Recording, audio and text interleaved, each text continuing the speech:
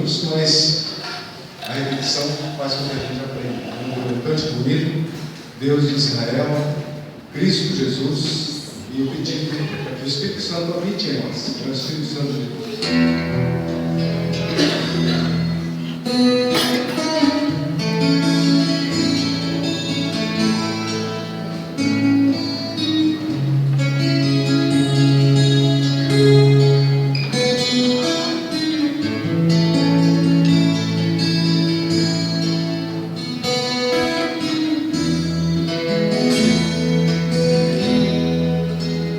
Deus de Israel,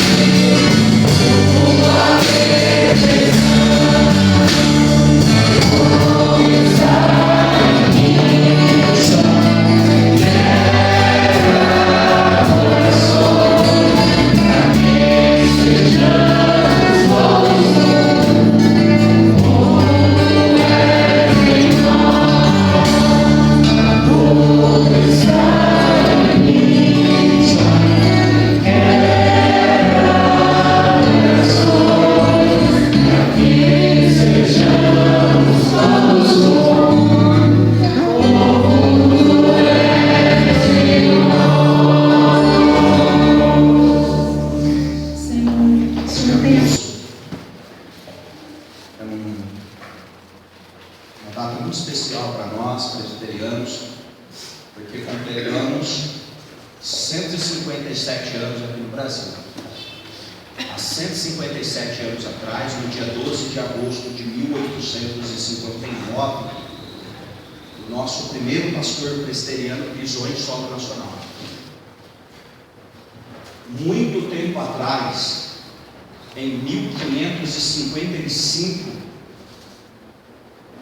poucos anos depois do descobrimento do Brasil pelos portugueses, alguns calvinistas lá da Holanda, naquele momento ímpar ali da história da reforma protestante e do agitamento na Europa, vieram para o Brasil em um navio e formularam no Rio de Janeiro. O Rio de Janeiro é o centro de várias coisas aqui, porque era a capital do Império até 60 anos atrás, né? Capital do Brasil. O Rio de Janeiro recebeu os huguenotes, que eram calvinistas holandeses. 4 deles pisaram no solo nacional e 3 deles sofreram sérias consequências, porque o Brasil era proibido de receber qualquer outra fé a não ser a fé católica, que veio com os portugueses. Então eles formularam a Confissão da Guanabara, uma confissão linda falando acerca da supremacia de Cristo. Os holandeses tentaram implantar o protestantismo no Brasil, no Rio de Janeiro não deu certo, e tentaram também na região nordeste, ali em Recife, alguns lugares colonizados pelos holandeses, que também não deu certo. Os holandeses foram expulsos do Brasil pelos portugueses.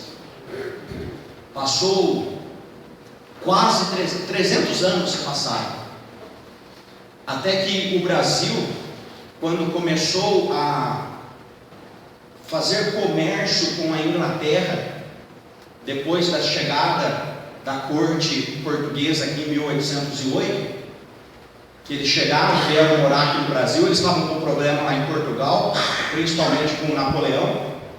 Então eles vieram para o Brasil em 1808 e eles começaram a fazer comércio com os ingleses. Os ingleses vinham para o solo nacional e muitos ingleses eram protestantes e não podiam cultuar aqui no Brasil. Então fizeram um acordo comercial, e nesse acordo comercial, em 1810, foi permitido culto protestante no Brasil, mas essas pessoas não podiam fazer capelas, igrejas, com cara de igreja. Eles podiam reunir em salões que não tinham nada a ver com igreja. A partir daí, os primeiros missionários americanos começaram a vir para o Brasil, e em 1859, o primeiro missionário presbiteriano chega no Brasil. A primeira igreja presbiteriana do Brasil, no Rio de Janeiro, começou a se reunir ali e foi organizada em 1862. Em 1865, foram organizadas mais 2 igrejas no Brasil, uma em São Paulo e uma em Brotas. A partir daí, o presbiterianismo começou a crescer e se desenvolver, e por conta dos acordos comerciais e da abertura ao Evangelho, que não fosse simplesmente ali da igreja romana, outras igrejas começaram a vir e divulgar a fé cristã e proclamar o Evangelho a muitos outros lugares. Eu estou aqui na minha mão com o diário do Simon. A minha pregação hoje não é sobre o Simon, aqui a minha pregação é sobre a Bíblia, mas eu vou usar o exemplo dele para despertar no nosso coração o quão importante é o Senhor da igreja. Antes de eu falar qualquer coisa que eu quero dizer, eu não sou presbiteriano roxo. Não sou. Nunca fui presbiteriano roxo. Apesar de ser filho, neto e bisneto de presbiteriano, eu sou da igreja de Cristo em primeiro lugar. Eu fui chamado a ser pastor da igreja de Cristo. O Senhor me deu a graça de nascer presbiteriano, e isso eu não abro mão. Valorizo a minha igreja, e se não a valorizasse, não seria um ministro dela. Mas o que eu vou falar aqui é a história da nossa igreja e o reflexo da história da nossa igreja na nossa vida hoje. Porque afinal de contas, você é da igreja de Cristo, mas você congrega numa igreja presbiteriana. isso que você está aqui hoje. Então eu quero começar a minha palavra aqui nesta noite, lendo a última frase do Diário do Simon. Só falar alguma coisa sobre o diário. O diário ficou muito famoso aí na década de 80, de 90, das meninas, né? Escrevendo os diários delas lá. Minha irmã tinha até um cadeadinho dela. E além disso, escrevia em código. Colocava umas palavras lá. Se eu abrisse o cadeado se eu conseguisse abrir o cadeado do diário da minha irmã, eu ainda não conseguia interpretar. Porque tinha uns códigos lá. Se eu demorasse uns 2 anos, eu conseguiria. Mas nunca fiz força para isso. Mas o diário, na época do Simon, lá de 1800 e pouco, era muito divulgado, era muito usado por pessoas que escreviam a sua história. Escreviam a sua história. Então, nessas páginas aqui traduzidas, um belo material, nós temos aqui a história narrada pelo próprio pastor Ashbel Ben Simon. E ele diz assim, a última frase do diário dele: quem me dera um batismo de fogo que consumisse minhas histórias, quem me dera um coração totalmente de Cristo. É isso que ele escreve 1 ano antes da sua morte. Depois ele não escreve mais nada. Meus irmãos, eu quero que você abra a sua Bíblia em 2 Coríntios capítulo 5, a partir do versículo 17.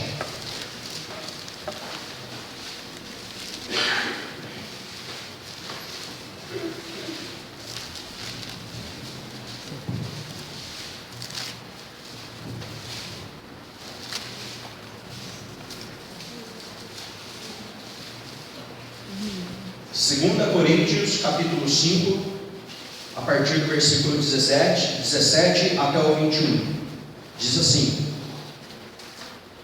e assim, se alguém está em Cristo, é nova criatura, as coisas antigas já passaram, eis que se fizeram novas. Ora, tudo provém de Deus, que nos reconciliou consigo mesmo por meio de Cristo, e nos deu o ministério da reconciliação, a saber, que Deus estava em Cristo reconciliando consigo o mundo, não imputando aos homens as suas transgressões, e nos confiou a palavra da reconciliação, de sorte que somos embaixadores em nome de Cristo, como se Deus exortasse por nosso intermédio. Em nome de Cristo, pois rogamos que vos reconcilieis com Deus. Aquele que não conheceu o pecado, Ele o fez pecado por nós, para que nele fôssemos feitos justiça de Deus. Vamos orar. Senhor, meu Deus, te peço que o Senhor nos abençoe nesse momento, Pai. Fale conosco, eu te peço, Senhor. Esteja aqui neste lugar, falando através das minhas palavras e abrindo cada coração através do teu Espírito. Em nome de Jesus que oramos. Amém. Meus irmãos, eu escolhi esse texto porque esse texto foi usado no dia 17 de dezembro de 1865, na ordenação do primeiro pastor presbiteriano brasileiro, um ex-padre, chamado José Manuel da Conceição. Você já deve ter ouvido falar dele, se você está na igreja do tempo. José Manuel da Conceição, que era um padre de Rio Claro, aqui do nosso ladinho, começou a ler as Escrituras e teve o mesmo sentimento que Martinho Lutero teve: tem algo a mais. Na região de Rio Claro, ele ficou conhecido como padre protestante. Ele estava dando trabalho para a paróquia lá e mandaram ele para uma cidadezinha chamada Brotas. Se Rio Claro já era uma cidade mais desenvolvida, Rio Claro foi uma das primeiras cidades aqui do interior de São Paulo a ter luz elétrica. Tinha lá a Maria Fumaça que ia para lá, e era uma cidade muito desenvolvida. Mandaram ele para um lugarzinho do interior ali, mais ainda, Brotas. E lá em Brotas, o Senhor Deus dá a graça daquele homem conhecer a fé sincera. daqueles que propagavam o Evangelho. No dia 17 de dezembro, e por isso que nós, pastores presbiterianos, comemoramos o dia do pastor presbiteriano no dia 17 de dezembro. Porque no dia 17 de dezembro de 1865, na ordenação do primeiro pastor presbiteriano brasileiro, esse texto do versículo 20 foi usado: somos embaixadores em nome de Cristo, como se Deus nos exortasse por nosso intermédio. Eu quero te dizer, meu irmão, você está aqui na terra para ser um embaixador de Cristo. Nós representamos alguém muito superior a nós. Como povo de Deus, somos embaixadores do Senhor para proclamarmos o que o nosso Deus faz, o que Ele mandou nós fazermos.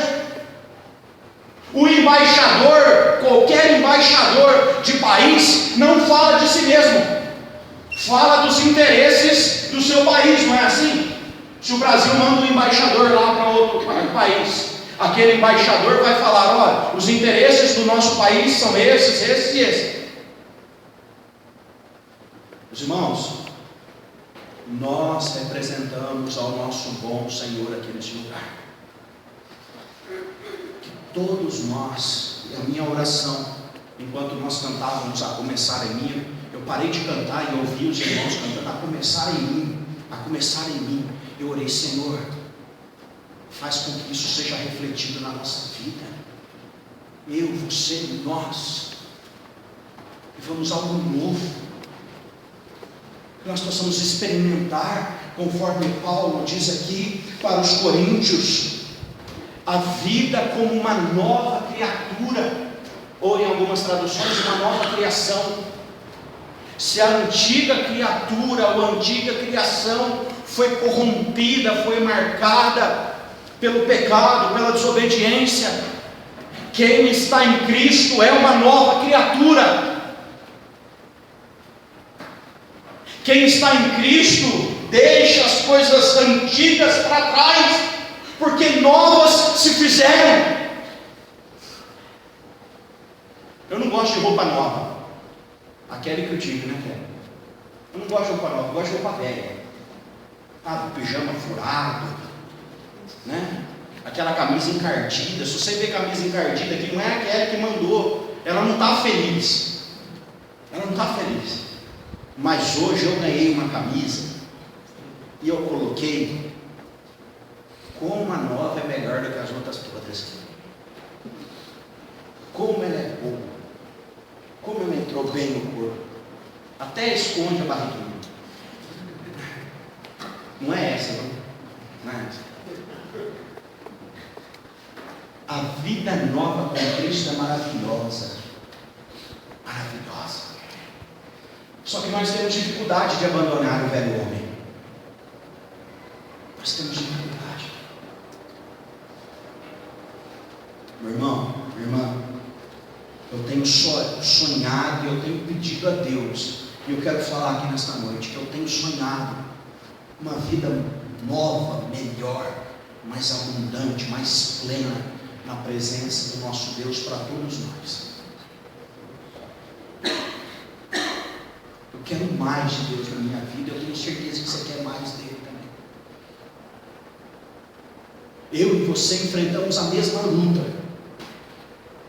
que de estarmos com os nossos olhos fitos nos céus, mas continuamos pelejando nas nossas lutas aqui na terra. Querer mais de Deus não significa facilidade.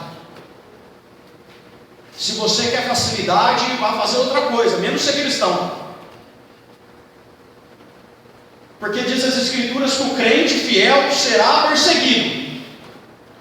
E as perseguições que o mundo e que o diabo usa são as mais diversas. Agora, como é maravilhosa a nova vida em Cristo.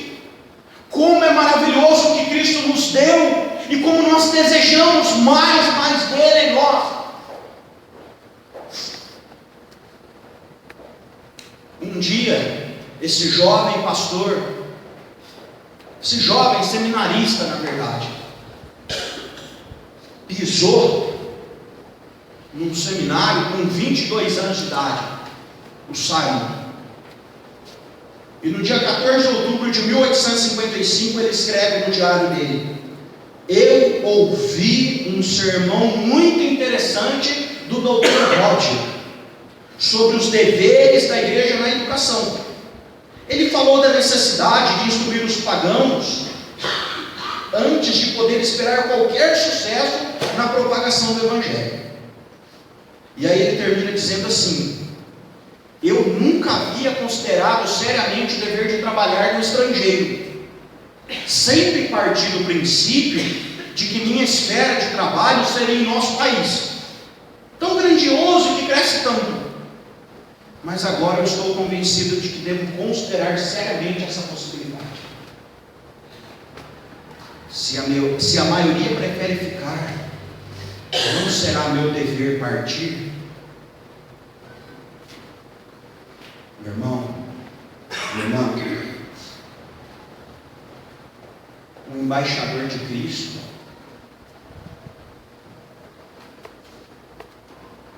obedece à demanda de Cristo.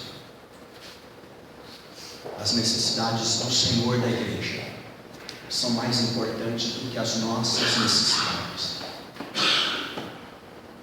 O que me assusta na igreja do século 21 é que tem muito crente dentro da igreja querendo ser satisfeito, querendo ser agradado, querendo ser acariciado, querendo ser paparicado.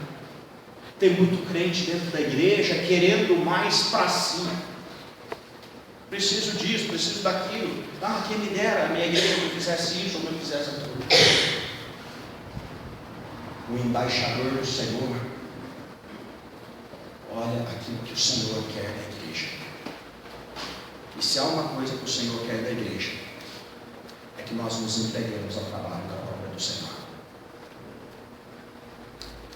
Meu irmão, minha irmã, o texto que nós acabamos de ler fala que o Espírito do Senhor, o Senhor nos fez embaixadores em nome de Cristo, como se Deus exortasse por nosso intermédio.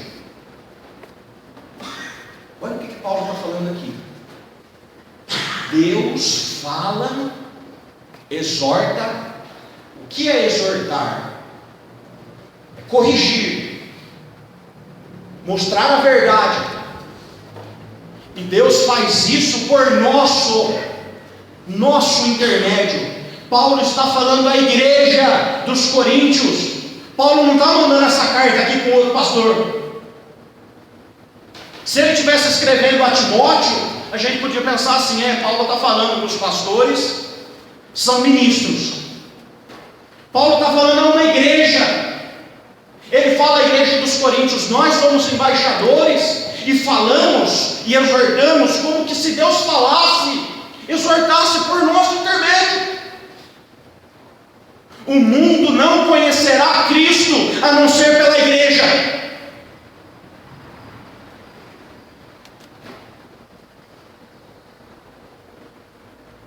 Diz a palavra de Deus que até os anjos queriam anunciar.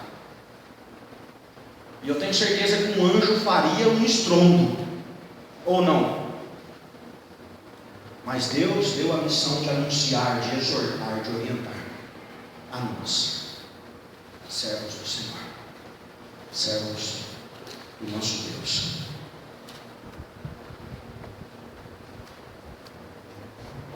Meu irmão, qual é a missão da igreja? Reconciliar o mundo com Deus.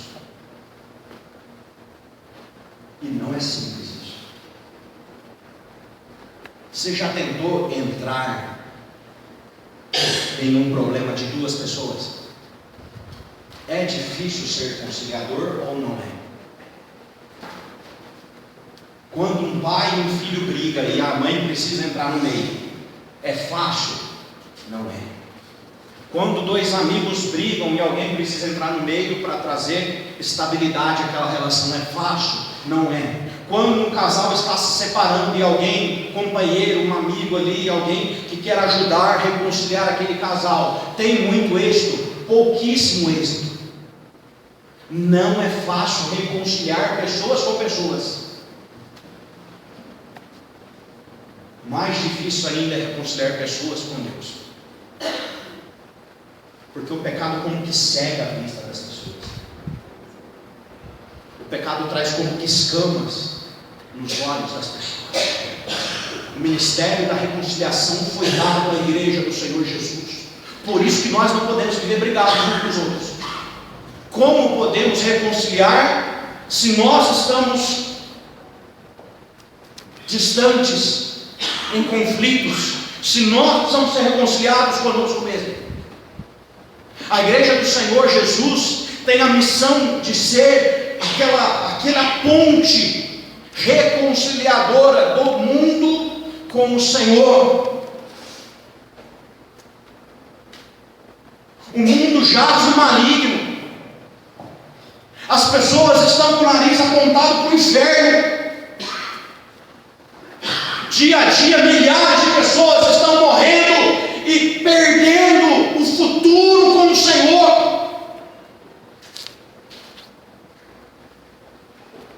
Nós, igreja do Senhor, temos esse chamado do ministério da reconciliação. O Senhor foi muito gracioso conosco, nos dando esse relato aqui. Eu quero trazer mais duas passagens aqui do Diário do Salmo. Essa primeira, eu quero te dizer que o ministério da reconciliação é feito entre pessoas em um determinado lugar. Dia 11 de agosto de 1859, 9 da manhã, podemos ver arrojado com promontório do Cabo Frio. Em dias claros pode ser visto a 30 milhas de distância. É para o viajante ao rio o que as colinas Neversink são para o porto de Nova York, o ponto de partida e o ponto de regresso. Simon estava 20 dias no barco. 20 dias não, 2 meses. 20 dias, 2 meses. Saiu do barquinho, veio para o Brasil 2 meses. Quinta-feira, 9 da noite. Estamos agora sem vento, à entrada do Porto do Rio. A famosa montanha do Pão de Açúcar e o Corcovado estão bem visíveis, iluminados pela luz da lua cheia a 10 ou 12 milhas de distância. Subi a uma verga justamente quando o sol se punha através do Corcovado e fiquei quase 1 hora observando o crepúsculo. Sentiria dificuldade em descrever a emoção que tomou conta de mim ao ver aqueles picos altaneiros, dos quais tenho ouvido falar e lido tantas vezes, os quais me dizem que a viagem terminou e cheguei ao meu novo lar e campo de trabalho. Minhas emoções eram tão conflitantes que não seria possível descrevê-las com fidelidade. Os sentimentos predominantes eram o contentamento pelo final feliz de uma longa viagem e o temor pela grande responsabilidade e pelas dificuldades do trabalho que espera por mim. Minhas razões de alegria são fáceis de entender, mas a incerteza do futuro solene temivelmente a ponto de moderar as minhas expressões de contentamento. Simon tinha consciência de que esse lugar, Brasil, Rio de Janeiro, era o local que Deus tinha dado para ele ser o ministro da reconciliação do seu lar. 4 da manhã do dia 12 de agosto, ele diz assim: estou acordado desde as 4 da manhã, observando as manobras para adentrar o porto contra o vento e a maré. É um lugar lindo, o mais singular e impressionante que jamais vi. Nunca teria imaginado um porto com tamanha beleza, protegido de ventos e ondas, e capaz da defesa contra ataques de mar ou de terra. Aí ele diz assim: estou pronto para desembarcar. Eu sempre que eu leio isso, me embarga a voz e eu fico tentando refazer a cena do nosso missionário, pastor presbiteriano. E essa palavra aqui é de extrema significância para nós. Estou pronto para desembarcar.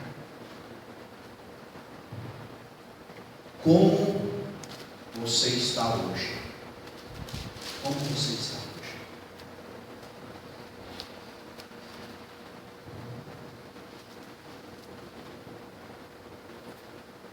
Eu e você, nós, igreja, somos chamados a reconciliar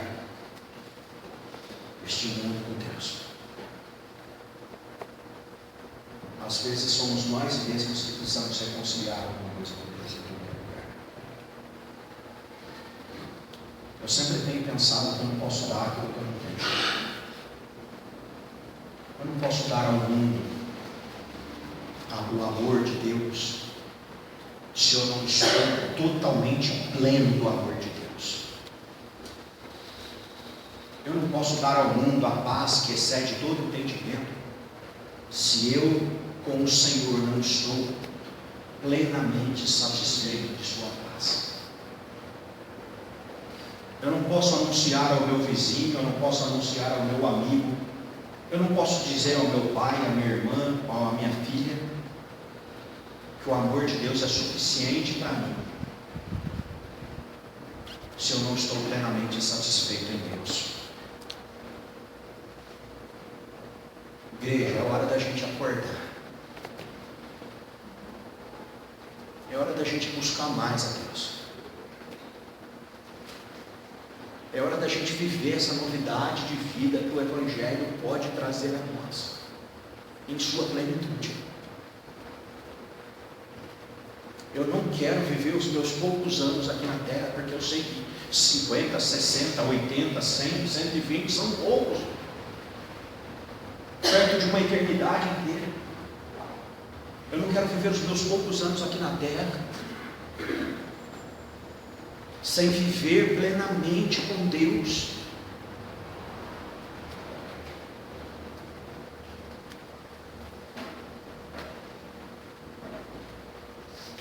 Às vezes nós ficamos tão apegados nos moldes, nas nossas estruturas, no nosso pensamento, como nós pensamos isso ou aquilo, que nós nos esquecemos de orar ao Espírito. Espírito, vem sobre mim,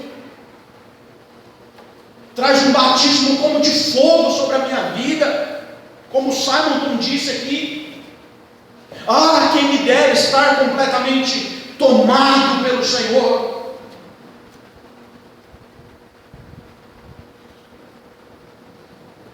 Tenho visto muita gente capengando na fé. Tenho visto muita gente saindo daqui da igreja num domingo animado, feliz, que bom, que palavra. E na segunda, na terça, na quarta, na quinta, na sexta, no sábado, está sofrendo, está empurrando de qualquer jeito a sua vida.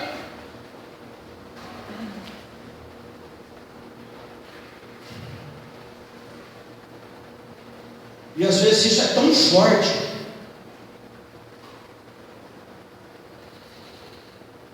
que eu não posso falar: Senhor, eu estou pronto para desembarcar. Estou pronto para fazer o que o Senhor quer que eu faça. Estou aqui. Sou embaixador. Sou ministro. Sou servo.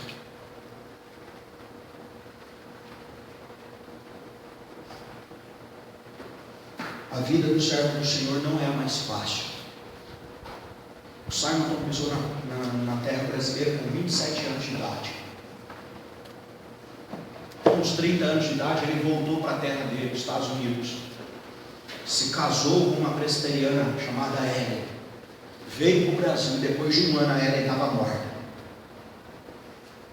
A Ellen teve um bebezinho. E depois de 10 dias de nascer a filhinha deles, por complicações do parto, o Simon escreve no seu diário: eu estou completamente desolado. Alguns dias depois, o Simon serve para a sua igreja a ceia do Senhor, batiza sua filha sozinho. Mas o Senhor enviou parceiros da caminhada dele, pessoas que envolveram na missão que Deus deu a ele com dedicação. Simon escreve durante várias vezes no seu diário: eu não sei se as coisas estão dando certo, eu não sei se as coisas estão dando certo. Se você pudesse mandar um recado lá para trás, eu diria para ele: valeu a pena, deu certo, o evangelho que você pregou chegou até mim, o evangelho pelo qual você deu a vida me atingiu, o evangelho pelo qual você se esforçou tem atingido milhares e milhares nesse solo. Meus irmãos, às vezes nós caminhamos dentro da igreja, vemos as lutas que enfrentamos e começamos a questionar se está valendo a pena. Será que você nunca se questionou se está valendo a pena você continuar aqui? Será que você nunca se questionou se está valendo a pena você se esforçar e se dedicar? Será que quantas vezes que nós olhamos para a nossa história e pensamos: será que está dando certo? Tenho me dedicado, sou ministro do Senhor, tenho me dedicado na tua obra, me entreguei ao Senhor, será que está valendo a pena? Irmão, diz a palavra do Senhor que o trabalho no Senhor não é em vão, não é em vão. A história da igreja presbiteriana no Brasil não é em vão. O trabalho da igreja presbiteriana Jardim das Oliveiras não é em vão. Amém? Amém. Eu tenho certeza disso, meus irmãos. Eu tenho certeza que aquilo que nós talvez não olhamos com os nossos olhos, mas nós podemos acreditar pela fé, que os nossos filhos e os filhos dos nossos filhos testemunharão esta obra aqui realizada para a glória do Senhor. Eu espero em Deus que os seus filhos, os seus netos e os seus bisnetos sejam os ministros de adoração daqui a 50 anos, se o Senhor não voltar antes. Eu espero em Deus que as nossas lutas, as nossas aflições, as nossas cargas emocionais, as nossas dores possam ser sementes para abençoar as gerações que vêm depois de nós. Há 150 anos um homem escrevia num diário: eu não sei se está valendo a pena. E muito antes disso, em 1865, depois de 6 anos que o Simon estava no Brasil, 3 igrejas já estavam organizadas, o presbitério de Rio de Janeiro já estava organizado, e o primeiro pastor presbiteriano brasileiro já estava ordenado. Tudo isso com o Simon presente na reunião. Irmãos, tem muita coisa para depois, mas tem muita coisa para agora, para nós vivenciarmos. Será que você está disposto a sair do barco, pisar e falar assim: estou pronto agora, Senhor, estou pronto?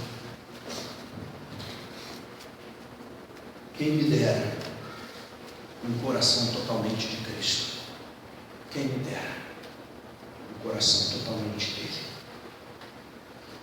Se alguém está em Cristo, é nova criatura. As coisas antigas já passaram, eis que se fizeram novas. Meu irmão, minha irmã, o objetivo da minha vida, que eu quero compartilhar com os irmãos, com esta igreja, enquanto eu for pastor aqui, ministro do Senhor neste lugar, é que além de contar as histórias dos homens de Deus, Eu tenho as minhas histórias com vocês para contar daquilo que Deus está fazendo aqui neste lugar. Eu quero contar as nossas histórias daqui deste lugar. Quem me der um coração totalmente de Cristo, nós vamos contar as nossas experiências extraordinárias daquilo que está fazendo neste lugar o nosso Deus, quando o nosso coração for totalmente dele, quando nós tivermos mais do Senhor em nossa vida. Histórias medíocres são facilmente esquecidas. Histórias de pessoas que não se dedicaram são facilmente esquecidas. As grandes histórias que Deus pode fazer em nossa vida, se nós desejarmos e buscarmos mais dele, serão contadas às gerações futuras. Que um dia aqui neste lugar teve um povo que quis mais de Cristo e buscou mais a Ele. Que a minha filha, que as minhas netas, os meus netos, aqueles que o Senhor me der, possam saber que um dia eu e você saímos da zona de conforto e falamos: Senhor, eu quero pisar nesse lugar, estou pronto para sair, estou pronto. É para nós esse desafio, meus irmãos, é para nós, é para mim e para você, que ouve Deus falando: saia e vá, no lugar em que você está, e para as pessoas que Deus te enviar. Seja um reconciliador de pessoas com Cristo. Seja um reconciliador. Eu gostaria de orar por você nesse momento. Feche seus olhos, meu irmão.